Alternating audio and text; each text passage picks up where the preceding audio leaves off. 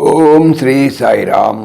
1969 సంవత్సరం జూలై నెల సనాతన సారథిలో శ్రీ ఏకే దాస్ గారి వ్యాసము నమే భక్త పరణశ్యతి నుంచి కొంత భాగం తెలుసుకున్నాం. సాయిరామ్.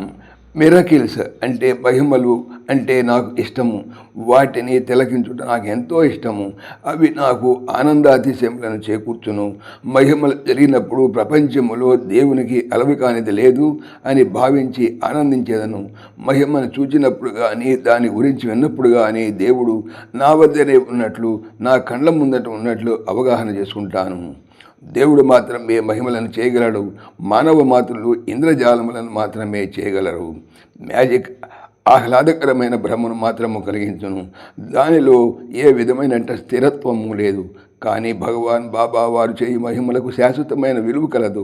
ప్రశాంతితో జీవించుటకు భక్తి విశ్వాసములను ఉత్సాహమును అందించును. నాటి పరమ జ్ఞానపూరితమైన ఉపదేశముల వలన మహిమలు సంభవించును.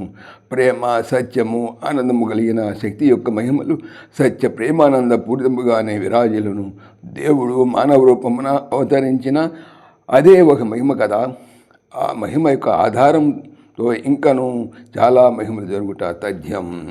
బాబా వారు చేయి మహిమల సందర్భములన్నిటిలోనూ వారి దైవత్వము స్పష్టముగా వ్యక్తమవుతున్నది.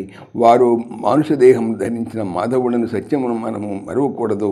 ఆర్తితో పిలిచిన భక్తుల మరణ వేదనను వారు స్వీకరింతురు. ఎవరు అనుభవించలేని బాధను వారు అందుకుందురు. శ్రీవారు తమను గురించి పరమ వైరాగ్యముతో ఉండట గమనించదగినది. ఇంకొకరి బాధను అనుభవించుటలో కూడా వారి దైవత్వము వ్యక్తమగును. వారు అందుకున్న బల్బును, వారు అందుకున్న జబ్బును వారికి వారే నయము చేసుకునవలేను కదా. వారు నివారించిన పక్షవాతం వలన కుంటుపడిన ఒక భాగమును వారే రెండవ భాగముతో నయము చేసుకుంటారు కదా. వారిలోని శివుడు పక్షవాతముతో ప్రాధాయపడుతున్న వారిలోని పార్వతి యొక్క జబ్బును నయము చేసెను.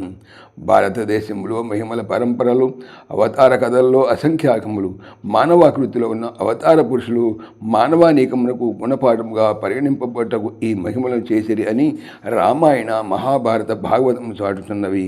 కురుక్షేత్ర సంగ్రామంలోని సంఘటనలను ధృతరాష్ట్రునికి తెలియజేసిన సంజయుని టెలివిజన్ శక్తి ఇందుకు సరైన ఉదాహరణము.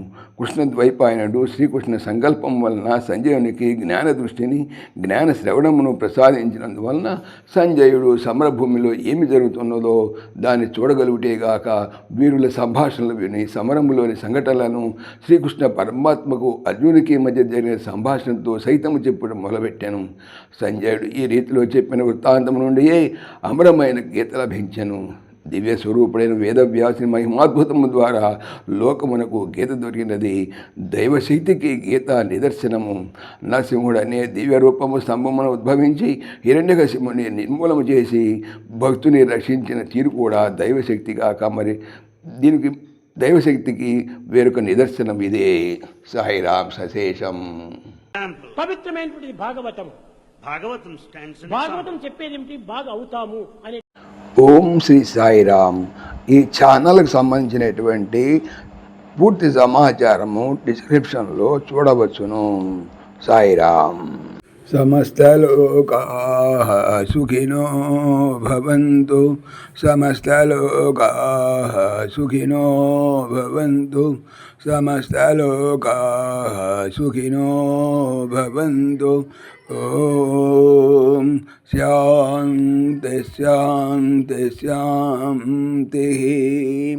జై భోले భగవాన్ శ్రీ సత్య సాయి బాబాజీకి జై. జై సాయిరామ్. జై జై సాయిరామ్.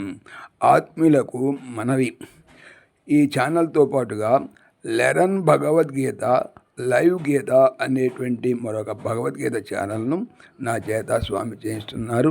దీనికి సంబంధించిన లింక్ డిస్క్రిప్షన్లో చూడవచ్చును. సాయిరామ్.